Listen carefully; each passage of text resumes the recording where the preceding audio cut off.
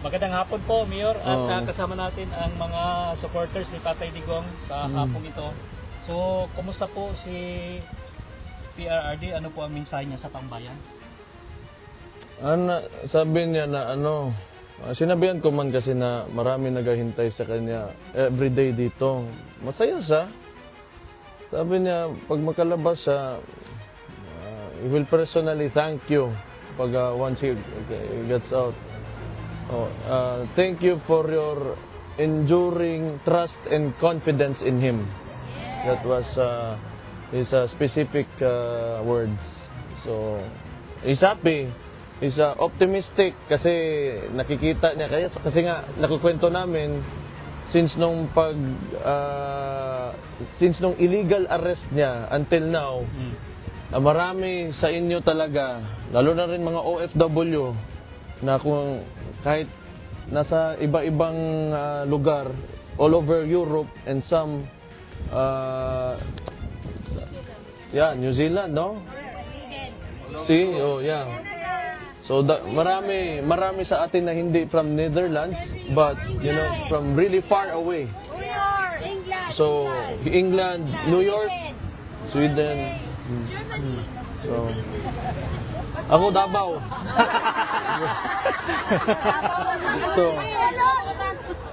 So aware siya na ganon yung sitwasyon. So I think he's happy. Though kasi nasa loob siya eh. That takes away a lot of strength from you.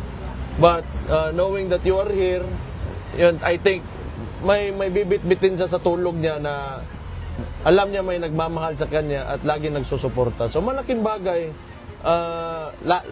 kahit sa amin din, kami pamilya kami, yung tatay namin dyan, yung husband niya. Kita niyo, kikilig, di ba? Nasa loob.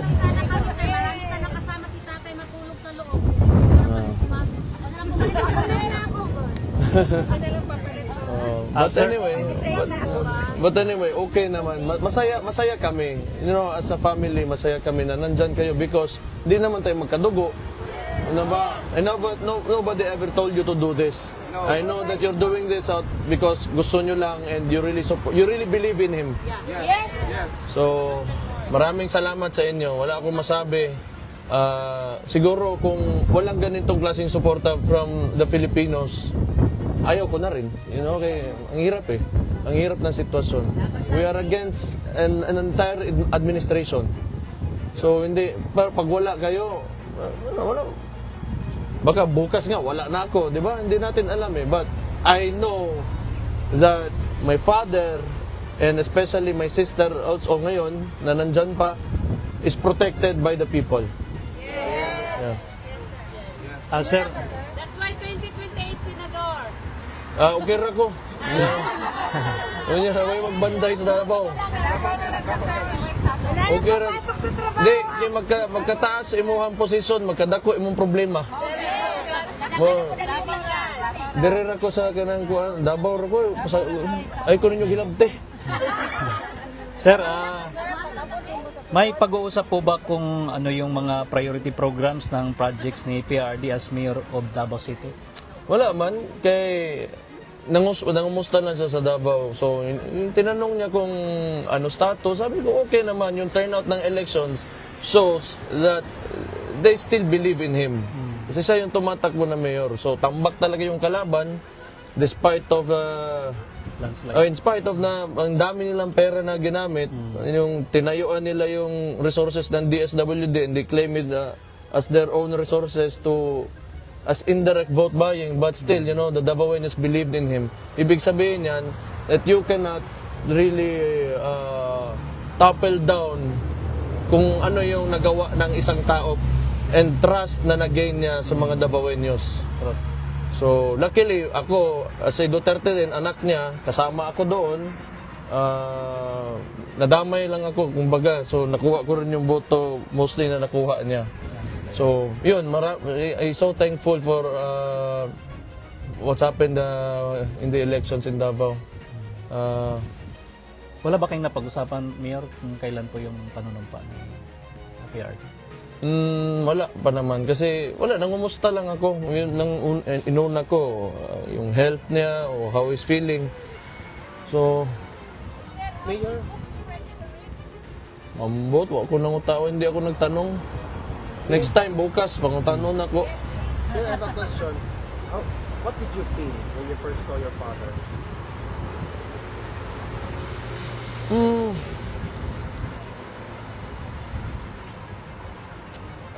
Honestly, mix ang emotions ko. Kasi, tatay mo yan eh. He's 80 years old.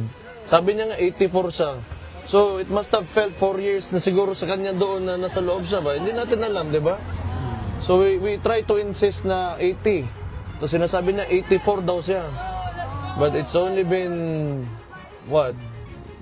A couple of months, di ba? 3 days. Yeah. So, yun. Well, I think at that age, siguro, he's been a very popular former president ever since he came down. Yung wala namang nakakuha ng ganong trust rating even sa buong mundo. So, I really think he doesn't deserve this. Hindi naman talaga perfecto lahat ng administrasyon, lahat ng mga dumaan na presidente, pero why would you do this to a person that he clearly na pinakita niya sa mga tao on how you love your country? So, during his term, like I said, hindi naman siya perfecto, but he always emphasizes the love for country. And yet you do this to him, 'di ba? So yun ang naramdaman ko na it's really so unfair that they did this to him. A lot of people, sir, wanted to know if the former president is active, naglalakad ba siya, o may activities ba siyang ginagawa, because a lot also are afraid that with his age. Yeah, tama naman yung iniisip natin na ganun kasi nga matanda na siya. But siguro, I think on some days he's okay, on some days maybe not. Ganun naman ang tao, wala naman talaga consistent dito sa pagdating sa kasiyahan at sa kalungkutan, di ba? So, he's like anybody else. He's just an ordinary person at the end of the day. So, whatever, kung ano man yung mafe-feel ng mga tao na nakakulong, then he goes through with it. But he's a strong guy. Yeah. So, there's a lot of reason for us to be optimistic about that. Yeah.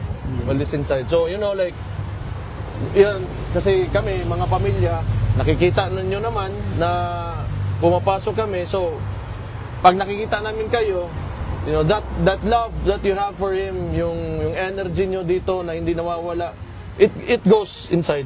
It goes inside. Kasi kinukwento namin sa kanya lahat. Thank you, Mayor. Mayor, additional lang po, sir, may knowledge na po ba si PRD patungkol kay Tory as the new PNP chief? Ano po yung reaction niya dito?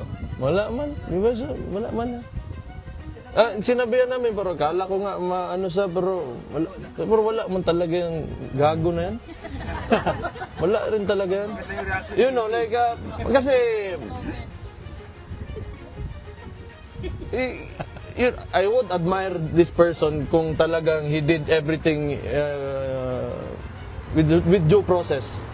Diba? But, technically, if we talk about the case or we review what happened, what transpired during yung ginawa sa kanya with KOJC and lahat, it's nothing. Wala. He's only handpicked there by the administration because he's an attack dog. That's it. Nothing more than that. 3 ranks yung inakyatan niya. Tinalunan niya 3 ranks. And na ngayon sinasabi ni Marbil na it was based on merit. Come on, 'di ba? Okay, if it was based on merit, ganito sana 'yon. Sana legal lahat na nangyari. But since yung tao na yan nag-operate, I do not know. He's not a criminal yet kasi hindi pa man sa korte, but he behaved like a criminal. So, bigay na yan sa kanya, PNP niya, tangin na siya. Okay lang, Mayor. No one is impressed. Yes, thank you, Mayor. Mayor, okay lang ba may additional mga question Ay, sorry mga akin, nang namalikas ko. Nalay ko mama. Mayor, sabi ni Pangulong Marcos, gusto raw niya ng pagkakasundo sa inyong pamilya kahit wala namang pahayag mula sa inyong panig. Pero iginiit niyang dapat walang kondisyon ang reconciliation. Kahit nanawagan ang taong bayan na dapat iuwi niya si PRRD, ano po ang reaksyon niyo rito, Mayor?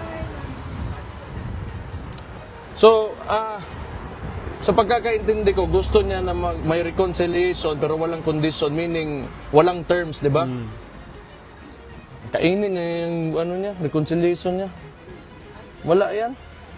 He's been lying since he became president. Kita mo, tingnan nyo ha, gusto niya reconciliation. Hanggang 20 niya nga bugas, antod karon puta. Mayor, Wala din, no. He's a liar. He's a liar. Yes. He lies so much. maraming beses. Puro kasinungalingan yung tao na yan. And ang style kasi ng administrasyon na yan, press release, gusto reconciliation. Ganito yon. Listen to me. Itong nangyari, di ba, pagkatapos ng eleksyon, so naratol sila, sa Binisaya pa. Parang shaken sila with the results. Kasi, nung pagsabi niya, 12-0, papasok sila. Then, ang nangyari, wala, watak-watak. And we do not even know kung saan kinuha ni Bam at saka ni Kiko Pangilinan yung boto nila. Huwag na natin pag-usapan yan because pero, di ba, yung resulta ng election, you have the administration, madumi na nga kayo maglaro, tapos ganun pa yung result na nakuha nyo. So, may mass resignation ngayon nangyari. Now, I have this theory. Itong mass resignation, sino man yung na umalis talaga dito, is Soljan Guevara, di ba? I think that was only a smokescreen to tanggalin si Soljan Guevara kasi they do not want to admit na hindi nila masagot yung mga tanong sa kanila. And I do not know kung ano ang gagawin nito ang bagong Solicitor General for the administration. So, yan, puro PR, puro positioning, puro angling sa media, and puro propaganda. That's all that you will get from this administration. It's been 3 years and it's been like that. So do not expect that things will get better dahil sa sinabi niya may reconciliation and he's trying to man up and no. Like what PRD said, and it clearly shows ngayon, midterm na ito, that he is weak. And nakita natin yan ngayon sa midterm elections na talagang mahina siya. Mayabang pa, magsabi ng 12-0, 12-0. Talo ang mga kandidato niya. Mayor, hindi pinansin ni Pangulong Marcos ang malaking bagsak ng kanyang trust rating. Ang sabi niya, marami naman daw ibang survey bukod sa Pulse Asia. Ano po ang masasabi niyo rito? Yung Pulse Asia is 25%? 35? 25. 35? Well, let me tell you, I've seen the other surveys. He gets 15, 20 at most, 25 at most. So yung sinasabi ng ibang survey, bakit di niya na binanggit kasi mas bababa pa siya doon. Mayor, Yung pagpasok nyo kay Tatay Digo, ano yung balita sa Pilipinas na pinalitan niyo sa kanya? Anong reaction niya? Meron ba kayong balita? Masaya. Hindi yung mga balita like yung appointment ni Torre, may mga ganun. Wala man, hindi masyado sa kay Torre talaga. Hindi sa concern, wala siyang concern kay Torre. Kahit na Torre talaga irrelevant naman talaga yung tao na yan. Aso lang talaga. Iro ba? Iro. O muna, pag utosan mo, gagawin niya in exchange for, of course, you know, everything is negotiated in this administration. It's a very clear. Nabagit niyo ba ho yung pag-postpone nung simula ng impeachment ni VP Sara? Anong reaction? Hindi, wala na. Mostly, pinag-usapan namin Davao man, tapos pamilya, ganun. So nag-decide po ba siya na gusto niya na sana makabalik ng Davao? Ano po yung, pinaka-natouch ka during the conversation kanina? Wala man. I mean, di ba, kasi nung una ko lang nakita because, physically, medyo nag-iba yung pumayat siya eh. Kasi walang tuyo. Walang tuyo. May bulad niya. Balo mo, ano ba? We're Filipinos eh. We want Filipino food. So, pumayat. So, yun, medyo naapektuhan ako. But other than that, kasi may naniniwala ako na wala talagang kaso yung tatay ko. Yes, kasama po. So, I know, na sooner or later, he's going out. He has to go out. Wala man silang, tama mo yung sinabi niya. wala silang reason to keep him there. Kasi yung apprehension pa lang sa kanya, illegal yun. Everybody saw it. Not only the Philippines, but the entire world saw it. There's evidence. Meron ba siyang message sa government na napag-usapan? Wala naman. Wala siyang nagsabi. Wala man. Sa inyo naman, family lang. yung personal nyo naman pananaw, anong tingin nyo nung reaction nyo nung nakita nyo talaga si Amy Marcos naririto? Ako? Wala naman kay Amy, pero ayoko na sa mga Marcos talaga. But I mean, it's politics ba? But I can, I can be casual with her. I can treat her as a friend, but let's not talk about politics kasi hindi tayo magkasama dyan. Yeah. Pero Mayor, gusto ko lang i-clarify kasi minsan may mga lumalabas, syempre hindi ko alam, controls niya o whoever, na parang ang pagdating dito ni Amy Marcos, parang pinapalabas nila, parang siya yung bringer of hope for PRRD to go home. I just want to correct that. And in your own, perspective, meron ba siyang power to bring PRRD home? Kasi yun yung mga lumalabas sa mga trolls. Hindi. Kasi nakauwi na ba si Madam? Nakauwi na. Nakauwi na. Hindi totoo kasi wala man niya dala. Pero hindi sa ginaano ko siya, inaasar ko siya or anything. Pero kasi kung ganun yung ginapag-usapan. Hindi, mas maganda po kasi yung klaro dahil kami dito nakikita namin yung effort ng family. Yeah, but You're doing your best. whatever it is, kung nandito si Madam Amy, okay na yun. That's enough na she's supporting. Wala naman akong problema sa ganun. Iba yung politics, iba rin tong ano. Alam nyo kasi, ang ginagawa talaga ng administration ngayon, they're trying to divide us. So, yan yung, that's how you conquer, a people. Divide. Kasi pag nagkagulo kayo, may mapupulot sila, makakawakan nila with the use of resources, money, whatever, intimidation. Alam mo, Kaya nagkakagulo tayo. So, we have to remember na lahat tayo Pilipino. Mapa-Ilocano ka ba, Dabawenyo ka, Bulanon ba ka, unsa ba ka niya, Banyakis ka, unsa. Filipino tantanan, at the end of the day, we have to help each other. that's Okay? Alam mo, So, napakaganda ng sinabi mo, no, Mayor, kasi ako bilang isang observer, kasi nalulungkot kapag nakikita mong may division.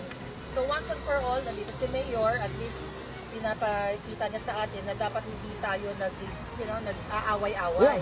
Kasi ang bottom line, we're here because of Pangulong Duterte. Di ba dahil kinidnap siya? So, napakaganda ng mensahe na dapat tayo sumusuporta kay PRRD talaga. Hindi tayo nagkakagulo. Kasi yun ang gusto ng mga bangal. Mayor, depende lang sa bakoy mo ng tubagon. Mayor, sinabi ni Pangulong Marcos na watch me sustain ang 20 pesos na kada kilong bigas. Naniwala po ba kayo na posible ito? Things are easier said than done. So kung gawin na yan, mabuti, di okay, sige. Wala. Ano ngayon? Will that change what you have done to this country in the past 3 years?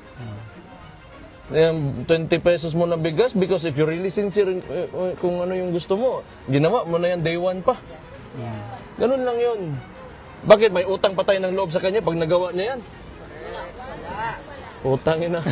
Sama ni kalibutan na. Last question na lang, Mayor. Sorry ma. Kung bumalik ka sa buko Last na mama. lang, Mayor. Mayor, sa kabila ng panawagang magbitiw siya sa pwesto, sinabi ni Pangulong Marcos na hindi siya magre-resign. Ang sabi niya, bakit ko gagawin yon? Hindi ko tinatakbuhan ang problema. Ano po ang reaksyon niya dito? Di daw siya magre-resign kasi hindi niya tinatakbuhan ang problema. Yun na. Tama. Siya ang problema. I think, hindi, wala man talagang mag-resign dyan. He's not man enough to do it anyway. He's not that kind of person. He cannot even own up to his mistakes. He cannot admit that this country is, divided. It's in Mayor, we talk about message. in ruins right now. Ni Pangulong Duterte. Ikaw naman, ano yung ni-reassure mo sa kanya? Ano yung naikwento mo sa kanya? Yun na, nandito kayo lahat. At sabi niya, talaga. Saya siya.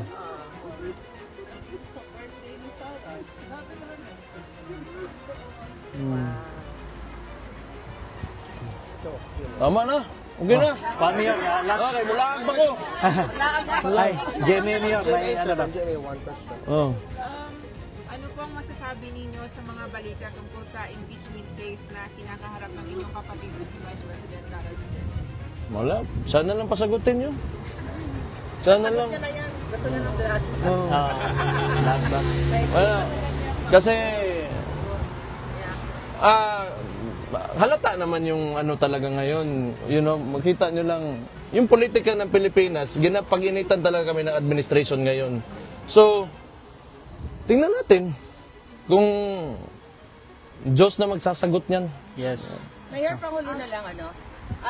Saan ka kumukuha ng strength para labanan itong mga paggigipit sa ating lahat, sa ating mga Pilipino? Sa totoo lang, may tiwala talaga ako sa Pilipino na kaya pa natin na pagandahin yung bansa natin. Kasi high moral man yung mga supporters natin, yung mga DDS, yung mga naniniwala kay PRD nung pagbaba niya. That's why, you know, he got a really high trust approval rating, trust rating. So, tingin ko, ang mga Pilipino gusto rin, especially yung mga OFW, because yung point of comparison nila, yung mga lugar na tinitirahan nila, so nakikita nila on how governance should be and how a government should treat his people. Its people, di ba? So I think, yun. Yan. Sa tao kayo kumukuha ng lakas. Yes. We love that. Last na lang po. I think how can I use my talent also in the Philippines because I'm working here 18 years and still we are using my talent for rich people over here. Oh. And I'm thinking why I should not serve my own country. That's true. That's true. Yep. Di ba? Ano ma'am? We are also thinking we are here because we are looking for nice, but we have more nicer in the Philippines. Sayang. Spirit, very positive, optimistic. Tama. Ganun lang. Laban ng lagi. Because wala man. If you stop now, wala na mangyayari talaga. Yung problema lang din naman talaga ng Pilipinas, yung mga traditional practices talaga ng mga politicians. Pero that's another topic. And I don't want, kasi marami na namang magagalit sa akin pag magsalita talaga ako niyan. Last daw, Mayor. Last na lang po. Last daw, Mayor. Your last question. Pwede po bang malaman ang inyong saloobin sa mga usaping nagsasabing pansamantalang hindi mo na pwedeng manungkulan ng inyong ama habang nasa Hague at kayo raw muna ang maaaring tumayong pansamantalang pinuno? Problema nila yan?